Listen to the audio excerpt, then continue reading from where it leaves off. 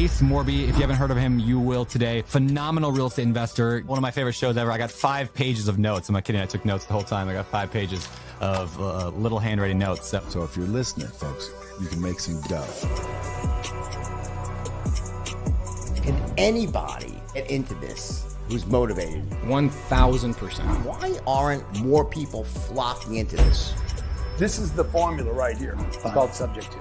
Bro, you're making me sick right now. Why would the bank let me do that?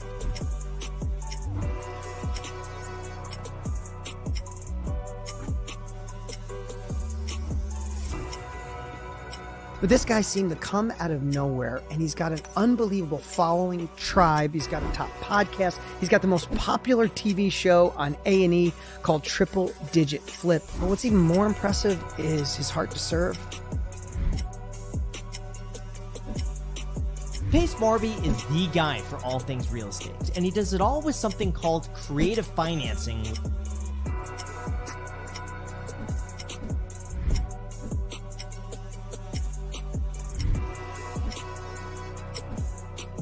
It's going to be everything and anything you could ever want to know about creative financing.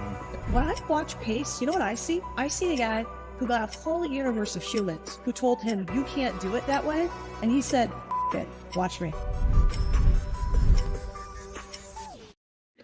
Good evening, everybody. Welcome to Get Creative. Here we are Monday night, 7 p.m. We go live just about every single Sunday, so stay tuned. Show up to the YouTube channel. The YouTube channel is where most people hang out. Welcome, welcome, welcome. For those of you guys that are over on the Facebook group, thank you guys for hanging out on Facebook. Maybe you guys don't have YouTube, but I would come over to youtube.com/Pace Morby and hang out with everybody else. Shannon, Paula, Brittany, Deanna, good to see everybody. We got a special guest tonight. We're going to be on here for about 45 minutes talking about how to find a starting point. What I've been having a lot of fun doing over the last couple of months with Get Creative is dissecting other people's businesses and where they're stuck, talking to them individually, because I feel like everybody kind of needs an individual answer. At least they believe they do. And this podcast is meant to talk through those people to you and hopefully give you guys a little bit of guidance. Yes, I am the creative finance guy. I buy everything with creative finance. I buy businesses with creative finance. I buy vehicles with creative finance, and primarily real estate with creative finance. We have amassed a $500 million portfolio of real estate using no credit, no banks, and primarily without using any of our own money. So this is what this show is all about, is helping you guys do the same if that's what you want to do. Don't be crazy. Don't be like me. Don't go and buy 2,000 doors. Sometimes all you got to do is buy 10, 15, 20, and you're done. Today, we're going to be talking about how to find your starting point. And we're going to be talking to Elisa Nelson. Elisa Nelson, welcome to the show. How you doing? Thank you. I'm very excited to be here. Are you excited or are you actually nervous? Tell me which one. I'm excited, nervous, both. You're excited, nervous. You can be both at the same time. That's awesome. Yes. All right, cool. Here's what we're going to do. I'm going to change the view of this so that you and I are going to be zoomed in a little bit more today. Okay. So what I want you to do is I want you to move a little bit to your left if you possibly can. I'm sorry. Don't be sorry. There we go. Boom. Okay. So tell me, who are you and why should we care about Elisa Nelson? Are you stuck? Are you never actually took any action? Have you taken a ton of action, then got stuck? Where are you at? Give the audience a little bit of background and what you need help with today. Of course. So again, thank you very much for having me on, and hello to everyone. So kind of my story starts with my husband. He is a Sub-2 student. We just got married last year. And so he's just getting started, and he kind of introduced me to this world and this beautiful community. And to be honest, there is just so many different ways you can go about starting. I know you've been amazing at doing so many videos about it, and I've watched some of them. But where, again, I kind of feel stuck is not knowing exactly where I could fit in and help my husband with his growth as well. Okay. Awesome. I feel, again, you've been great at explaining kind of like the different ways you can go about starting. But just for me personally, like, where can I really fit in the best for my husband. He's just getting started and he's doing great. I just want to make sure that I can be that partner that he needs to grow and just be as great as you one day. Oh, I think he'll be better than me. I love it. Thank you for that. I appreciate the backstory. This will help a lot of people today. So, what is your husband's primary objective currently? Is he trying to wholesale? Is he trying to fix and flip, or is he trying to buy and hold and build a portfolio? That's a great question. I mean, so far he's had he bought a duplex that he has flipped and he's going to rent out. He's going to have a seller finance deal here in a week that he's going to close out on. And then he's done a lending deal. So I'm not completely sure, to be honest. He is with me and we can bring him. We don't want to talk to him. We don't want to talk to him. No, we don't want to talk to him. Couple of things. Here's what I would suggest and give you some notes so you guys can go back to the drawing table and kind of have some conversation. So there's only 3 ways to make money in real estate itself, like being the real estate investor. There's other ways to make money as service provider. So let me list out 6 things for you, okay? In order to make money in real estate as a real estate investor, there's 3 ways to do that. That's wholesaling. So that's today money. It's like I'm cold calling and I'm trying to get contracts. I don't think your husband's doing that. I think what your husband is doing is he's buying deals from inside the community and putting them in his portfolio. So that would be the 3rd way to make money, which I'll get to in a second. So I don't think your husband's really trying to focus on wholesaling, right? Because wholesaling is kind of a temporary job. It's something that people do for 2 to maybe 5 years. They phase out of it. Typically people that are doing wholesaling, I was a wholesaler for many, many years, still do wholesale to a certain degree. But the objective of a wholesaler is to get rid of that contract. So we're locking a house under contract and we're selling that contract at a higher dollar amount to somebody else. I don't believe that's your husband's primary focus. The second way to make money is we fix and we flip. Okay. You said something a little earlier and I'm going to give you some, you mind if I criticize you a little bit? I'm not your husband, so I can criticize you. Go for it. Okay, cool. So we got to get some of the terminology down just a little bit. So when you say, oh, my husband bought a property and flipped it and he turned it into a rental, that means he did not flip it.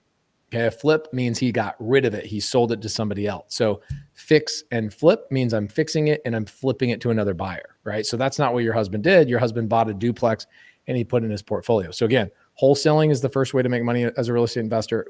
Fixing and flipping is another way to make money as a real estate investor.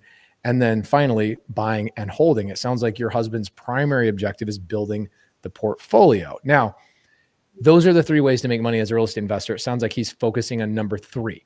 Okay. Now, there's 3 other ways to make money, but you're a service provider. Okay.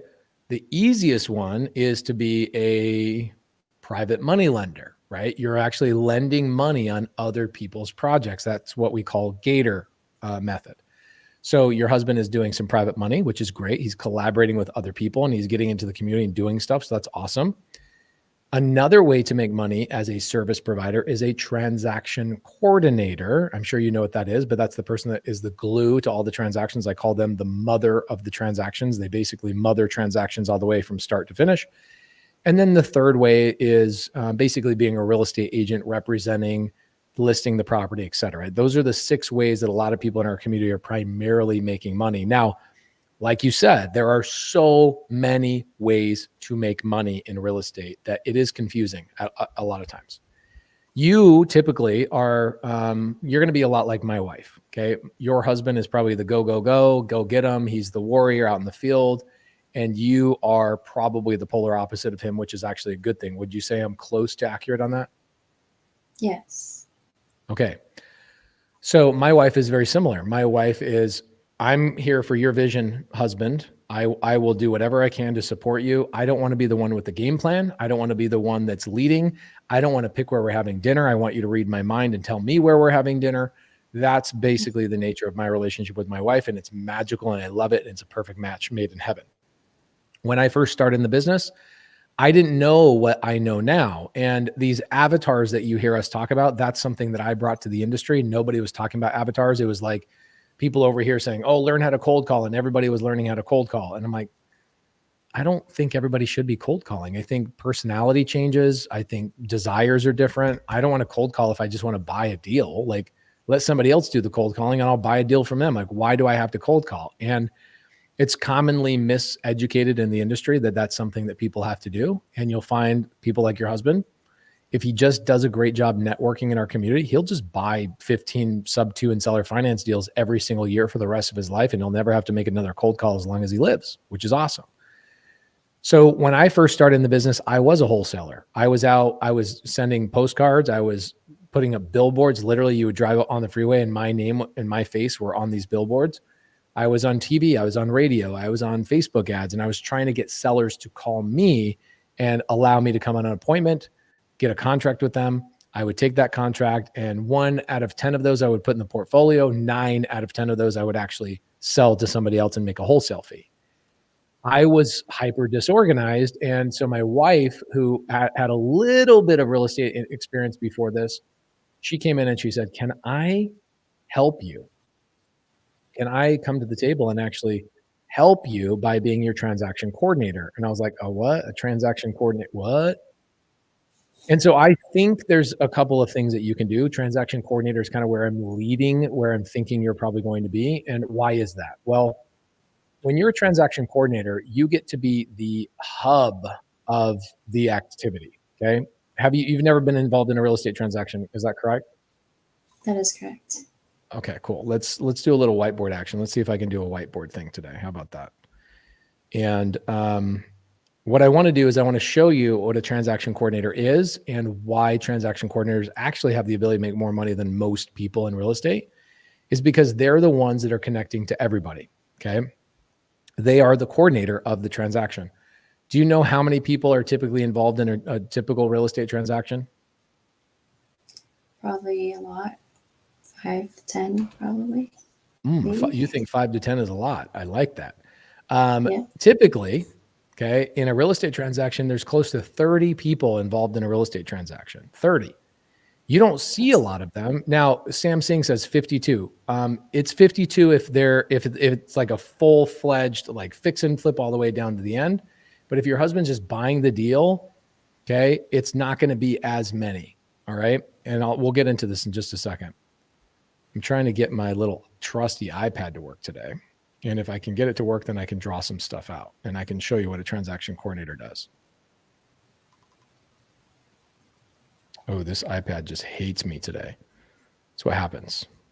Okay, so I'm not going to be able to do the iPad today. It doesn't want to charge properly, but essentially a transaction coordinator is the person that represents the buyer typically. And what they do is they make sure, is your husband like hyper organized, or is he like, he needs you to do the paperwork and call the insurance companies and do all that kind of stuff?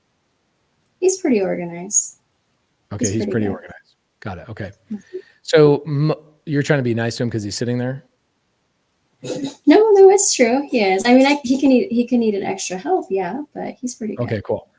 Love it. So most transaction coordinator, let's do it this way. When a buyer is doing a deal, and let's say that I open up 10 transactions, I start 10 deals, literally like 123 Main Street, 124 Main Street, 125. I'm buying all these houses, 10 of them. If I have no transaction coordinator, typically 3 of those will actually become successful. If I have a transaction coordinator, 7 of those become successful. Why? Because the transaction coordinator is not just dealing with paperwork. They're dealing with the relationship of the buyer, the title company, the private money lender, the person who brought the deal. They're talking to the hard money lender. They're talking to the inspector. They're talking to the lender. They're talking to so many different people in order for the transaction to actually come all the way to fruition. So here's what ended up happening for me and my wife. I was doing a lot of deals. I was out in the field. This is not what your husband's doing. Your husband is actively buying deals from people inside of our sub-2 community, which is awesome. I was out in the field and I was locking up contracts. And so I was too busy to do my paperwork. I was like on my way to my next appointment to try and get another contract. And my wife comes involved and she says, hey, let me be your transaction coordinator. I'll help you out. Okay, cool. What she did is she would represent me on the wholesale side. I would find a buyer and she would communicate with the title company, the buyer, the hard money lender, and all of these people in this transaction. And I'm sitting here going, wait, who did you talk to? Who did you communicate with? Because most of the time in wholesale, which I don't expect to give you like a full-fledged business model, but in wholesale, we just wholesale the deal. We're not involved in who their private money lender is, who their hard money lender is, who's actually buying the deal. We're not following up. All we're trying to do, okay, all we're trying to do is sell the deal and move on. But when you have a transaction coordinator, they are communicating with everybody. They're making sure that everybody's doing what they said they're going to do, when they're supposed to do it, and exactly the way they said they were going to do it. And within like 5 or 6 weeks, I realized my wife was now doing transaction coordination for other investors who she was doing. Like I bought a deal, I sold it to Peter, and Peter met my wife through her doing the transaction between him and I. Peter goes, "Oh my gosh, you were so amazing. You made this transaction are you for hire?" She says, "Yeah, I'll run your transactions for $750 per transaction," right? Next thing you know, she knows all these private money lenders. She knows all the hard money lenders. She knows all the other buyers. Then one day, Peter has a deal and he goes to my wife, who is now his transaction coordinator as well, right? She's basically a gun for hire.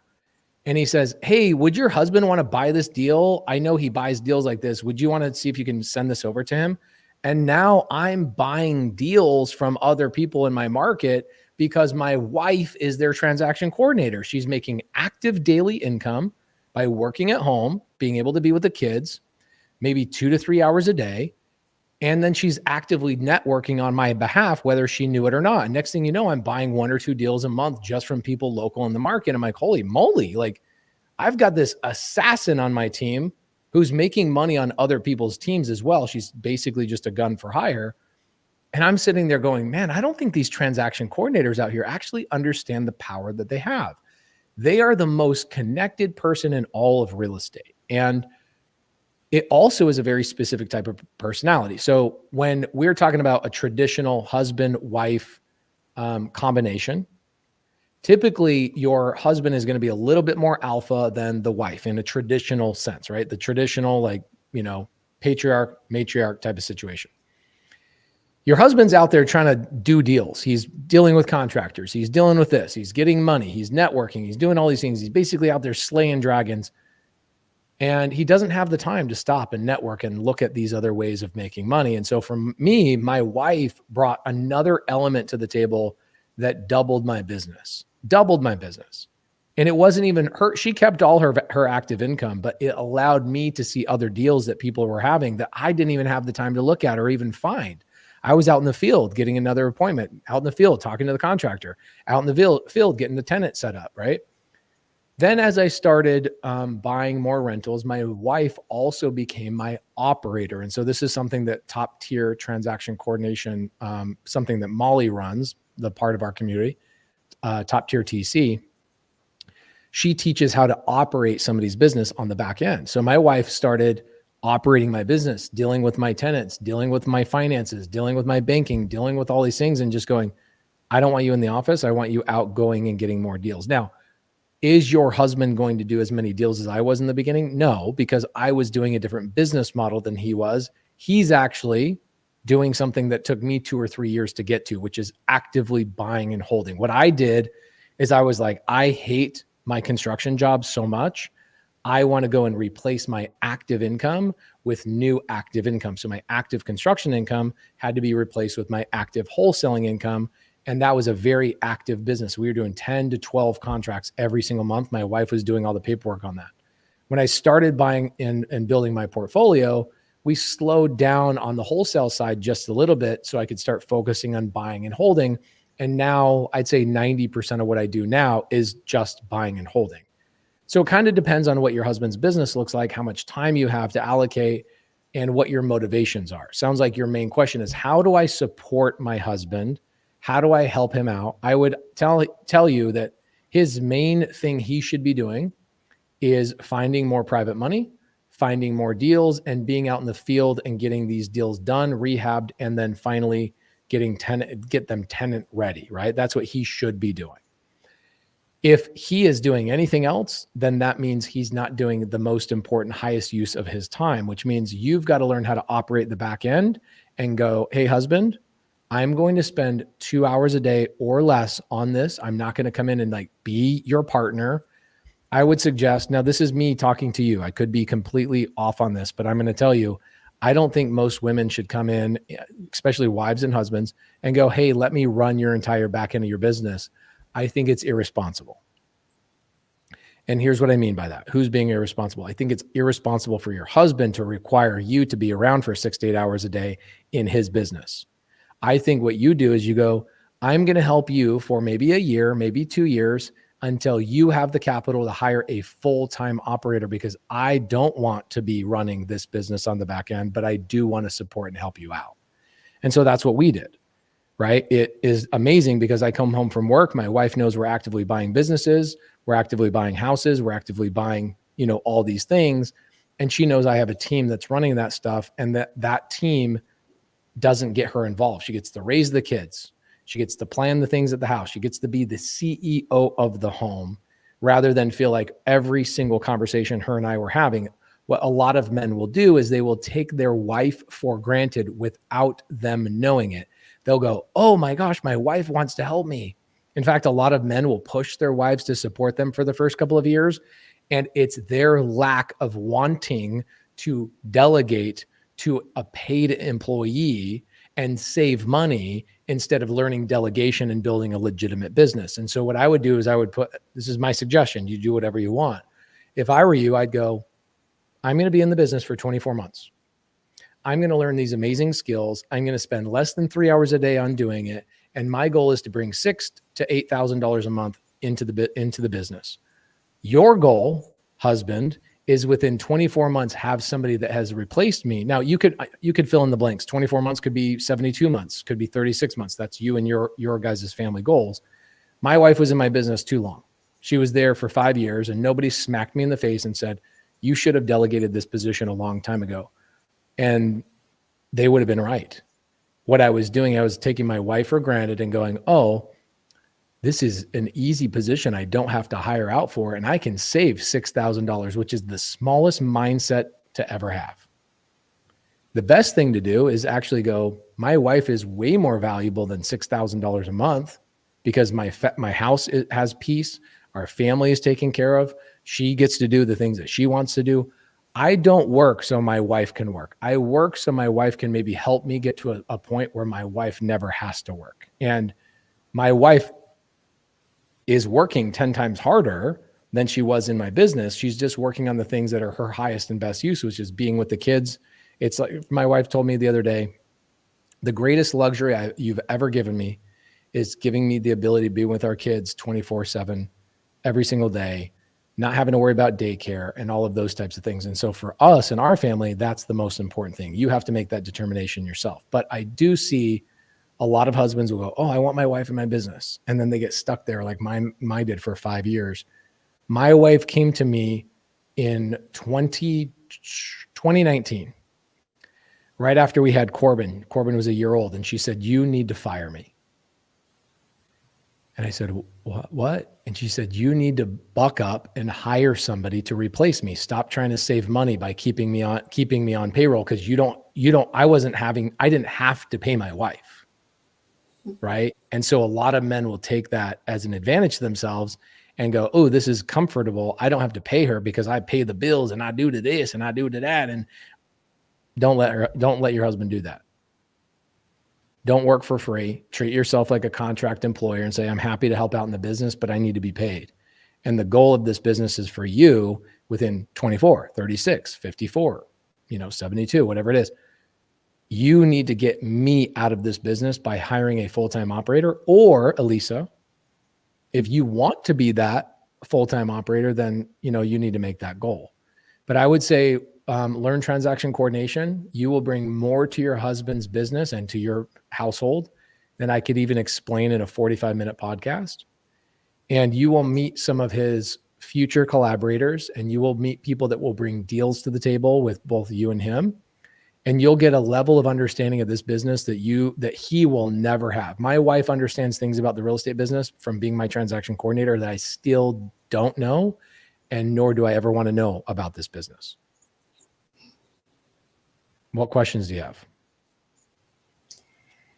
So with that, do you feel like it's something, because I'm assuming it's courses that I would have to take, correct?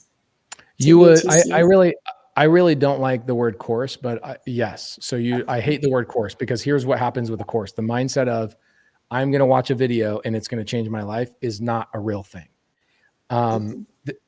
Watching a video gives you the option and understanding that there's something out there that you can make money from doing.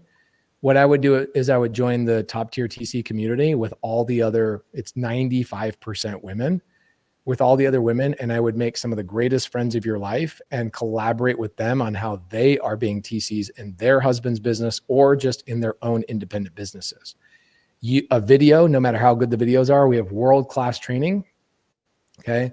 Look at Laura Sullivan. She says, the top tier TC community is such a wonderful family. So when you say, oh, I think I have to watch a course, I hate courses. I don't watch courses. I join community. I mean, this is why we built a community of other people helping people get deals done, right?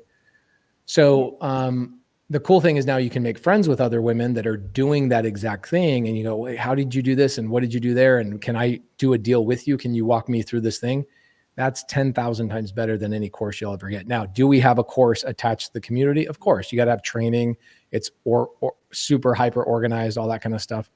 Oh, thank you. Matt Odell says, hey, Pace's Sushi Fund, $20. Also Pace is 100% right. Thank you, Matt Odell. I appreciate that. So yeah, I would join the top tier TC community and I would collaborate with other women and I would ask women and say, hey, what other women in here are being a TC to support your husband's business? Some women in there's about 600 women in that portion of our community. Some women in there are full-fledged. I'm making 50 grand a month and this is my full-time business. And my kids are already grown up. I don't need to worry about, being home or any of that kind of stuff. I just want to, now they are working from home, but you know what I'm saying? Like they don't need to be changing diapers and doing really, really other important things. So, their kids are grown up. Then there's other women that are like, I kind of just want to work an hour a day. And so they are TCs on somebody else's TC team. Then there's women that are like, I want to do this full time, but I just want to do it for my husband. I don't want to do it for anybody else. Then there's women that are like, I'm doing it part-time for my husband. And then I'm going and getting other clients so that those clients can come to the table with my husband and they can do more JV deals together. So essentially it's like Beyonce and Jay-Z. You bring a completely different element to the music world, right? But it's a beautiful collaboration. So yes, top tier TC community is the answer to that exact question. My wife goes in there and trains. Molly Tennant, who's my head of operations, she trains. Shelly Heyer, Jade Jarvis, Ashley Mason, all of the people that actually run my businesses are the ones that do all the training. And I think they have 5 Zooms a week that you can pick and choose from of like, I'm going to go into this today and I'm going to go into this today. They have meetups all over the country where you can go, I'm going to go and meet these other women, sit next to them. I'm going to watch how they do their files and I'm going to be a part of their thing so I can get over my fear because I can watch somebody else doing the thing before I do the thing. A course can never do that. That's why I don't like courses. Oh, I appreciate that. That's great clarity. And I'm excited to look that up and join the community. I did want to ask something. Yeah, go ahead. Oh, go ahead. No, you can go ahead. If you don't cut me off, I'll just talk all night. Let's go. What do you got? I just wanted to kind of like ask on, I know you've mentioned this in a couple of your Zooms before, but just like kind of, it's really amazing to see how this community is. And so like kind of where that stemmed from you, like wanting to create this community, because it's very genuine and I can see it. And just like how everyone is so kind and willing to help and cooperate and work with one another. It's just like nothing I've ever seen before. So if you wanted to share just a bit more on that, I would appreciate that. Sure. Why did I create the community? Mm-hmm. I created the community out of spite and hate. I wish I was joking. I'm not. You're not? Okay. I got screwed over on a real estate deal, and it was somebody in Bigger Pockets on biggerpockets.com. They screwed me over on a real estate deal, and I sat there and I'm like, why is the real estate industry like this? Like, I come from a family of 12 kids. I come from going to church, every Sunday, going to Scouts, collaborating with people. I come from a world where I don't feel like I have to watch my back every single step of the day. And I got screwed over by a guy named Steve on a real estate deal. It worked out okay, but it was a very long story I could tell another day. A lot of people have actually heard the story. And I had to drive up to Denver, Colorado to solve the problem that Steve created for me. And on my drive home, 16 hours, I created this world in my mind of a community. And I said, I'm going to build a community that is so collaborative and so inclusive. And I'm going to take every avatar of the real estate community and I'm going to figure out how to show them how to make money with each other. So private money lenders, right? People that are actively going and wholesaling, fix and flippers, buyers. You've got transaction coordinators. You've got unicorn agents and all these things. We have 22 avatars. And so I crafted avatars. I crafted ways for them to work with each other. And I started getting to work. And it took me about 3 years to like really figure it out. And then I launched it in 2020 when COVID hit, like worst possible timing ever. And I did it out of the need to say, I hate courses. I hate mentorships. And I want to be the first real estate community on the planet. And that's what we did. We created that. And I always knew that leadership comes from the top. The culture of the community will always come from the top. And so if you have a go-giving nature, which I hope that I do, and you come from a big family and inclusivity and including people is all I think about. If you look at my top 35 personality traits, number 4 is includer, which means I'm obsessed with including everybody and everything. I don't like going and doing anything by myself. I like including everybody. And that might come from having a big 14-person family, 12 kids, mom and dad type of thing. And also I have 8 sisters in my family.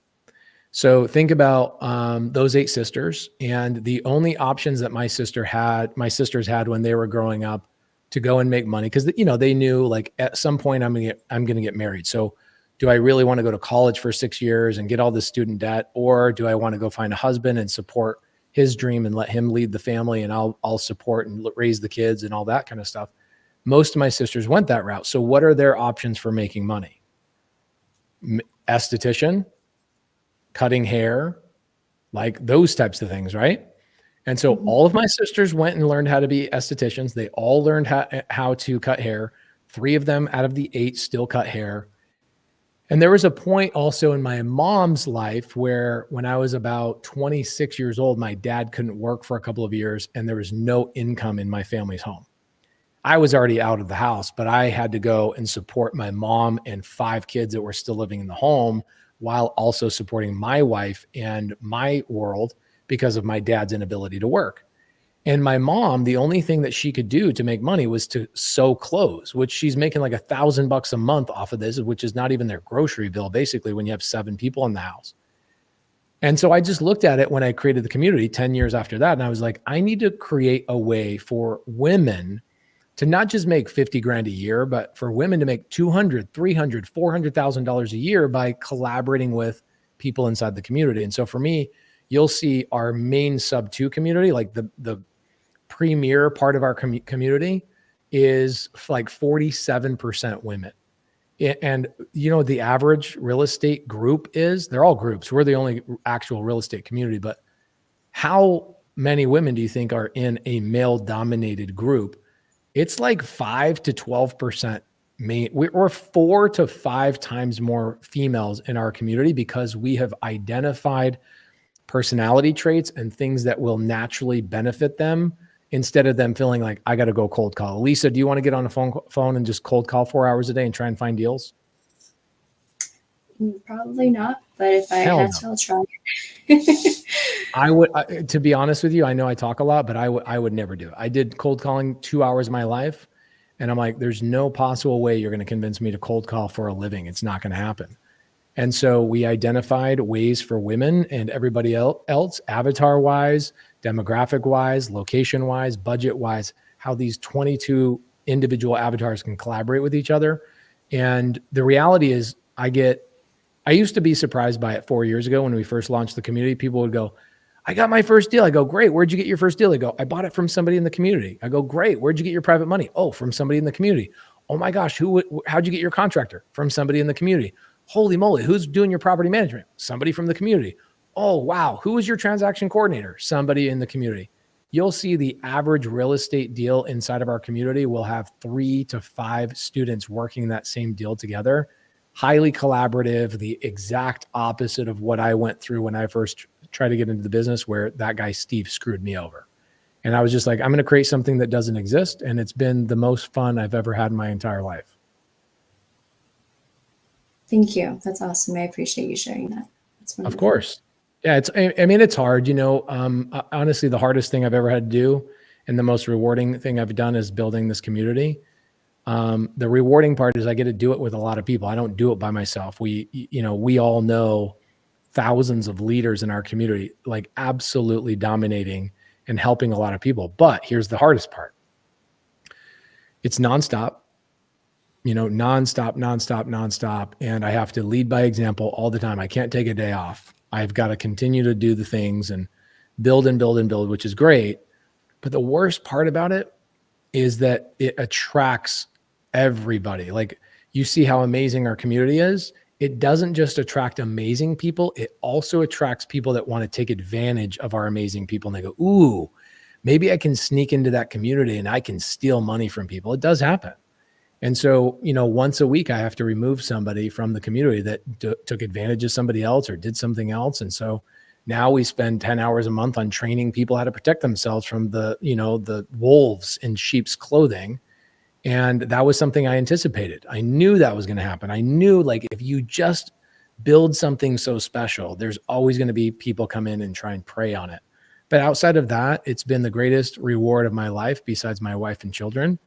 And what's really cool is that I can confidently tell you, hey, not only do I have a pathway for you that I know you can make money, but I have a pathway for you that I can almost guarantee you your life will change in every possible way. Your relationship with your husband will only improve. Not that it needs it, but it will improve. Your relationship with yourself will improve. Your relationship with outside people. Elisa, I would imagine you don't really have a lot of real estate friends. No, I don't.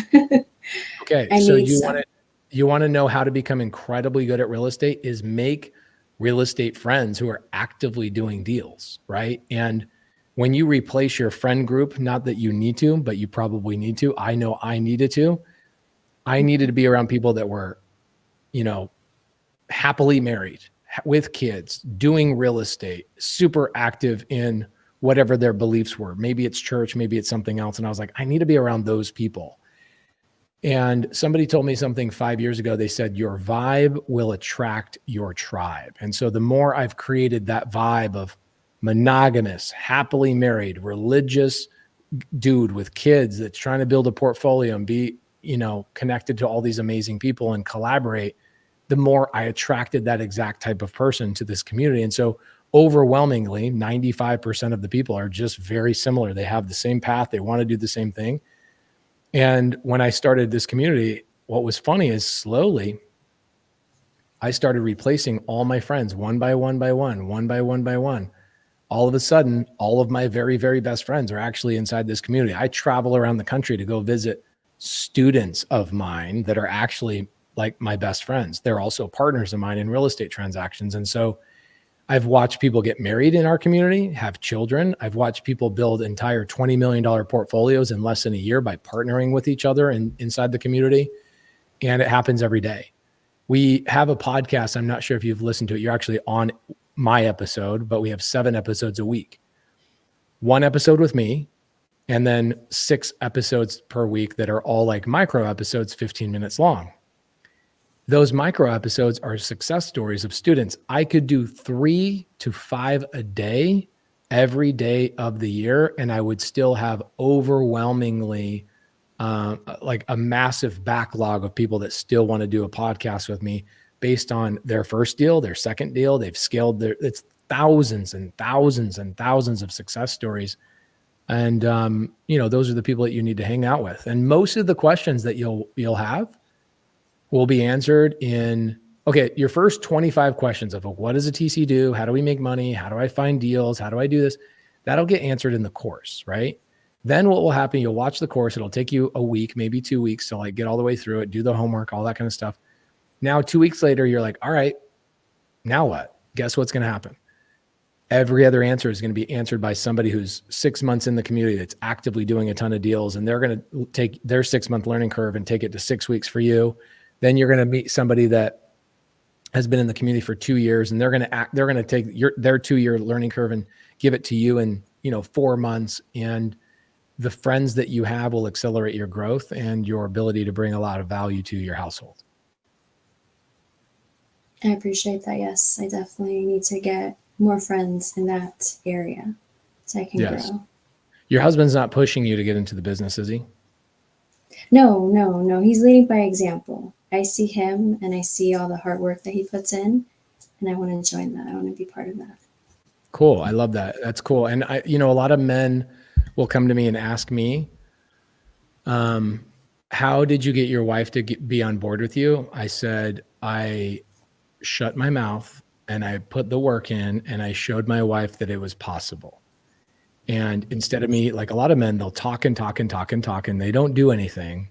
Kudos to your husband, because a lot of men will sit there and go, why is my wife not supporting me? I'm like, I don't know, probably because you said you're going to do something 100 times, you didn't do it. And this is just another one of those things you said you're going to do that you're not doing. Your husband's taking action. He's putting himself out there. He's failing. He's screwing up. He's making stupid mistakes on things that he shouldn't be making stupid mistakes on in his mind. But the reality is you have to make those mistakes. You have to move forward. You have to ask, learn all these hard lessons. And more importantly, you have to show everybody around you, like, I'm dead serious about being successful in this. And it's cool that your answer is, well, my husband's leading by example. He showed me it's possible. I want to be a part of it. That's freaking cool. Kudos to your husband. Yes, I'm very lucky. Well, you obviously did something to attract him, and he's very lucky himself, which is awesome. It's interesting. You should probably try and become friends with my wife. DM her, ask her questions. She answers her DMs. She does a yoga class for all of our community every Saturday morning, and she hangs out with everybody, like invites all the women over to our house. The number one question that my wife gets about me is, how do you deal with it? Meaning, he's so busy. He's so this. He's always doing something. How do you deal with it? The guy seems like a lunatic.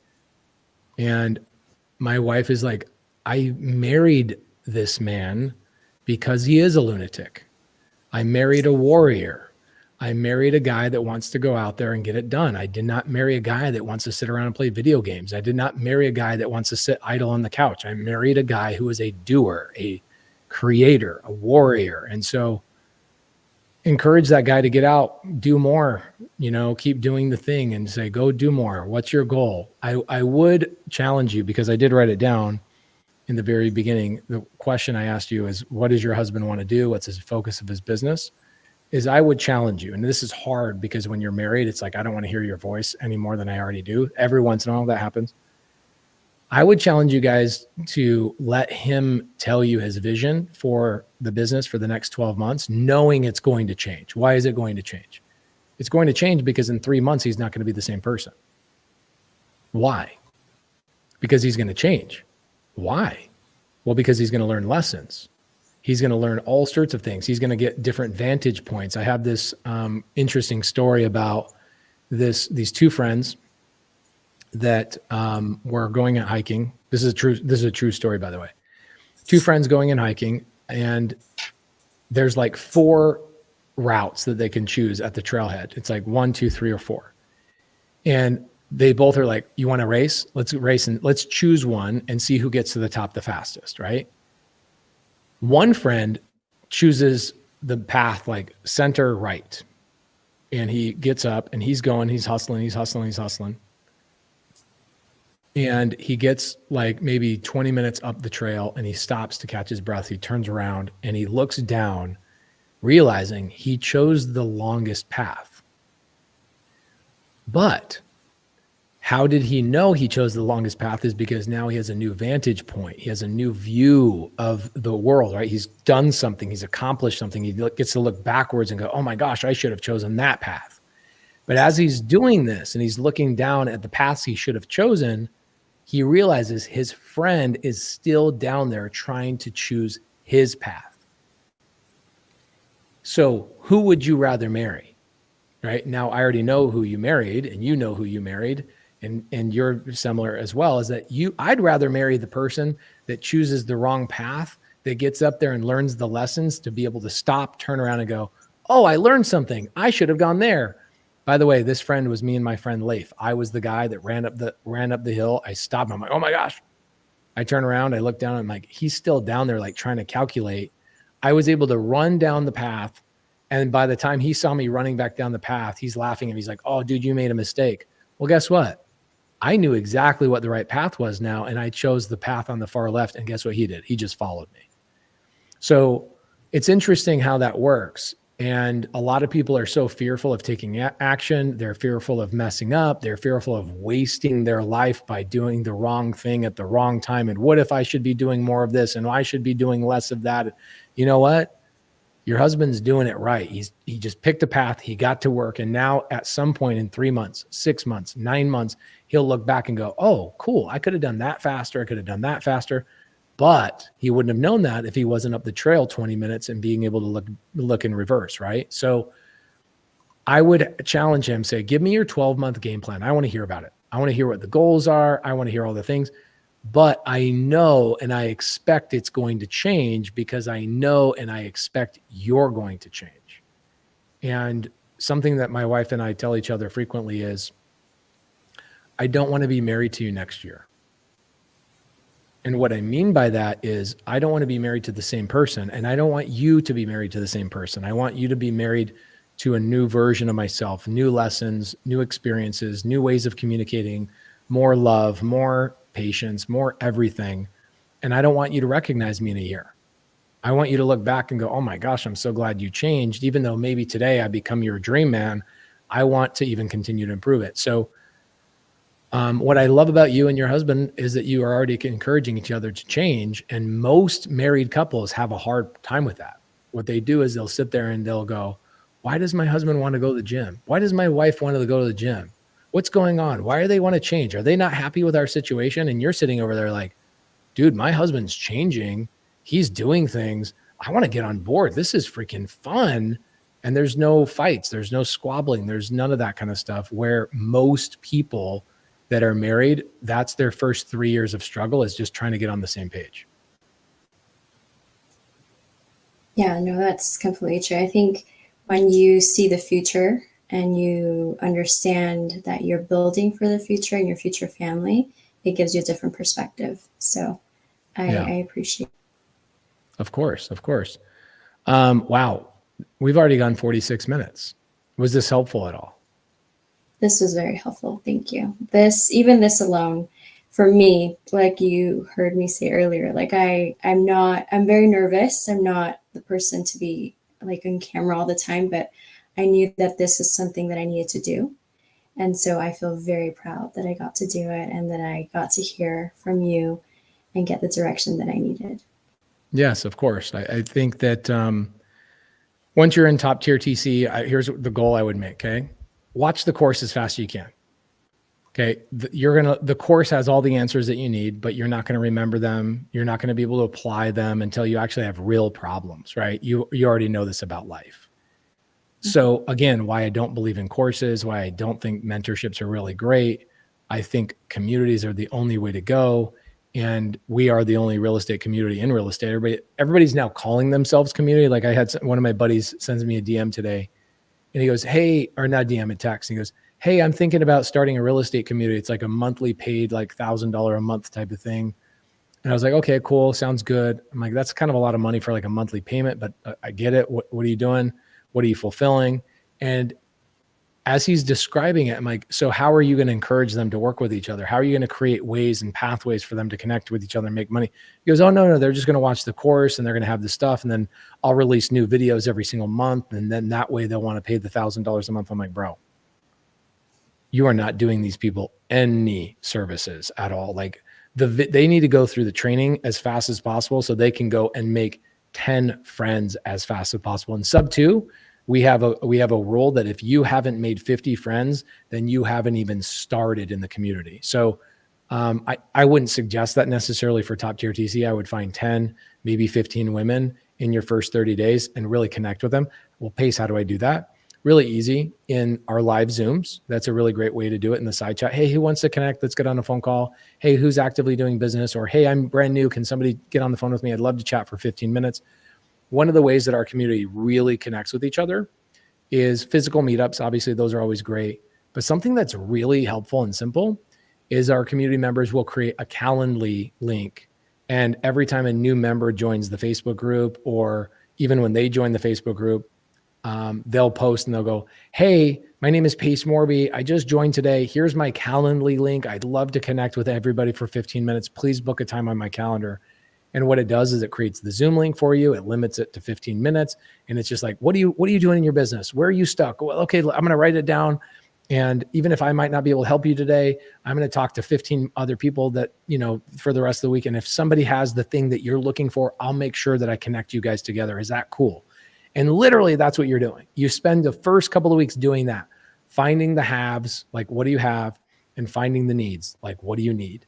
And then trying to connect and help other people. And within like a week, maybe 2 weeks, you're like, dude, I have like 25 really great friends that now when I have a question, I can ask them, right? They're actively doing deals. That is one of the greatest pieces of advice that I give to people. And, within 1 week, you'll go, holy crap, I'm a different person. I've got resources. I have a level of understanding I never had before. And then what I would also do is I would even volunteer to be on somebody's team for the first couple of weeks. Like, hey guys, can I be on somebody's team? Can I do some work with you? Can I do a transaction with you? Just be on your team for a couple of weeks, shadow you, etc. And now you're actively on a deal. So what we do with girls on our team is a girl will join our team and we go, here's a new file. Here's a new house we're buying.